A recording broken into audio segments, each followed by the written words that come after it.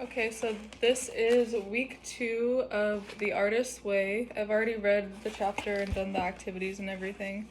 I'll say the first part of the chapter kind of talks about poisonous playmates and crazy makers, which is kind of a lot of like external people kind of like projecting their stuff onto you. So there are people that discount your reality, they're just always causing drama. Their doubts will reactivate your own.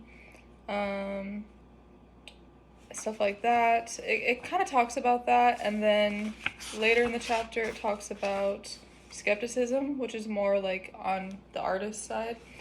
And what I kind of discovered as I was reading this is I don't really think my artistic block is imposed externally onto me.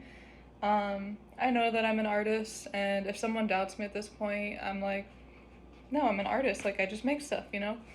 But this, like, block that I'm trying to work through is completely self imposed. Like, it's completely just me just doubting myself. Like, can I really do this? Can I survive off of this? Like, can I make this happen? Can I actually like make a living for myself off of this? Can I like keep it all up and running? Can I handle it? Um, so I didn't really like connect that much with the whole like crazy makers and like external part, but I did definitely connect with like my self-imposed skepticism. Um, there was a part that really stood out in this chapter to me about someone named Mike who wanted to be a filmmaker, and then it said that he found so by a series of coincidences he found himself in film school with his company paying for it. Did he relax and enjoy this? No. He told himself that film school was distracting him from his real job of finding another job, and so he gave up filmmaking to look for another job. 2 years later, remembering this incident, Mike can shake his head at himself. When the universe gave him what he wanted, he gave the gift right back. And I said, ouch, this hurt. Because I feel like that's very easy as an artist to do. Like, if the universe is like putting people on your path that are supporting you, or like having an opportunity come up, like it's kind of easy to just be like, like you don't really have that trust, like that the universe is actually supporting you fully, you know? Like you're just kind of like, maybe it's just a coincidence, or like, I don't know, like it worked one time, but I don't know if it'll work again, you know? It's very easy to do that in your head. Um, and so that kind of resonated with me. It talks about attention as well. That's like a big part of this chapter. And it says, very often a creative block manifests itself as an addiction to fantasy. Rather than working or living in the now, we spin our wheels and indulge in daydreams of could've, would've, should've. Remember, it says, the capacity for delight is the gift of paying attention. The reward for attention is always healing.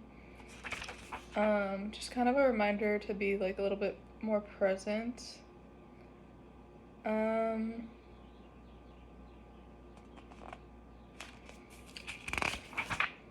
Most of this chapter is just me connecting with the activities, I'd say, and just realizing that my block is like entirely self-imposed. It's not imposed by external forces. Like my roommate just convinced me to I'm wearing my server outfit from my normal job, but my roommate just convinced me to get this storage shelf for my candles because once I moved to Washington, made the excuse of like, oh, well, I live with roommates, I don't have my art studio yet, like, I don't have enough room, where am I gonna put all of the candles, you know? And my roommate was like, girl, like, we can literally buy a shelf. Like, you can put the shelf over there, you can put the shelf over there, just fucking make stuff, you know? And so I'm like, here we go again. That was entirely self-imposed. That was just me making excuses. So now there's a shelf. Um, let's see. So for the activities, one of them was where does your time go? And it said list 5 major activities you did this week. And I kind of feel like my week was actually pretty balanced when I did this. So I've been going to the gym, I made a candle, and I thrifted some new containers for future candles. I went to a dance class, I worked a lot, and then I went on a lot of walks with my dog. I feel like that's pretty balanced, and I could have worked on a few more projects that I wanted to, but also like we are working through a block, so it's totally okay. The next thing was it wanted you to list 20 things that you enjoy doing, and then it said that you can use these as ideas for like your artist dates. So my 20 things that I enjoy doing: making candles, obviously, yoga. I like the heated yoga classes too. Being near water. I'm a water sign, so sitting in the sun. Painting for fun, not for talent. I can't paint for shit. I just enjoy it. Roller skating. I have my own roller skates. They're like kid sizes because I have baby feet, but I should definitely have a day where I just go do that just for no reason. I like dancing. Finding something new to do in my new city because I just moved here, so I just like discovering new things here. I don't do this often, but I like sleeping in with no internal pressure about my day. Does not happen very often because I'm a very like, I got shit to do, I got a normal job, I got art to make, I got the gym games to do, like I got healthy eating, like I got my dog. So that doesn't happen very often, but when it does happen, I like meeting new people, especially in my new city. I love taking baths. Like I said, water sign, just water, just like. I like doing handstands and working on flexibility at the gym because it helps me in dance class too. I like laughing until I cry. I like a clean room, everything shower, and alone time. I like watching the sunrise. I like making creative and tasty, healthy meals. I like listening to podcasts or YouTubes about spirituality and self-growth. I like sticking my feet in the earth, and I like embodying the energy of love. I like being silly and inner childlike, and I like random wholesome moments of connection. And then this is the last activity, and then that'll finish out week 2 for you. This is 10 tiny changes, so it doesn't necessarily have to be like related to art. It was like you can say that you want to change your bathroom shower curtains, and that's just something on your mind that'll make you feel better. So these are my 10 tiny changes. I'm going to France for my friend's wedding, so I want to finish packing and finding the outfits for it. That's one. I would like to heal my body even more through the power of the subconscious mind. I'm very woo-woo, so I've been sober recently, like I said, through the book, and I just have been eating really clean, and I feel like I'm going through like a whole like spiritual awakening, aura cleansing, I don't even know what to call it, but combined with all of that, I would like to start healing my body through food from the earth, through my subconscious beliefs, stuff like that. 3, I would like to get my diet and grocery shopping back on course. Something feels a little off. And I just want to go back to eating a lot more fresh, like fruits and veggies and stuff. I was on top of it for a sec, and then I started eating a little bit more processed. Not the worst, but I would like to deep clean my room and bathroom.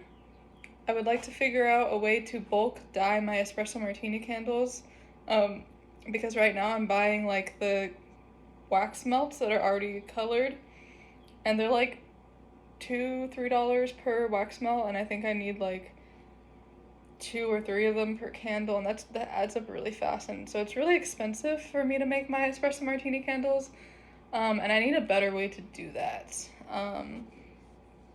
And then I would like to at least finish the bikini bottoms, the crochet bikini bottoms I'm making right now.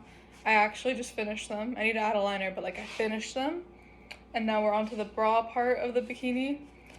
I would like to form deeper connections to people in my new city past surface level. I would like to do my water and dress photo shoot. I have this like photo shoot idea. It's this like lacy sheer like long dress that's like a light baby blue, and I have this image in my head of like going to like water and just like wet hair like just like coming up from the water, just like, you know, very sensual, very Scorpio. And I would like to go back to operating on a frequency of pure love and not allow small situations to steal my joy from me. and make me already doubtful of my new reality being bright. I know my new reality is bright. I just had a situation happen recently, and it just kind of like was like that, just kind of. But my new reality is bright, and I came here to live a life of abundance. I came here to shift my reality entirely. I came here to be loved, deeply appreciated, seen. So we're gonna do that. And last one, I would like more ideas to flow to me naturally. I don't know how to get it to happen, but I would still like it to change and improve. And that is week 2 in my server outfit because I just got off work. And yeah, I will actually show you guys a candle real quick. So this is my espresso martini candles that I make. Very popular. They smell like coffee. And then just for shits and giggles, there's another candle that I made. It has butterfly pea flower in it. Cutesy little heart container. Sorry, it's like kind of hard to like show you guys these. And this one I literally made like a couple days ago. I think it's so cutesy. It's a big boy, but yeah. And that is week 2.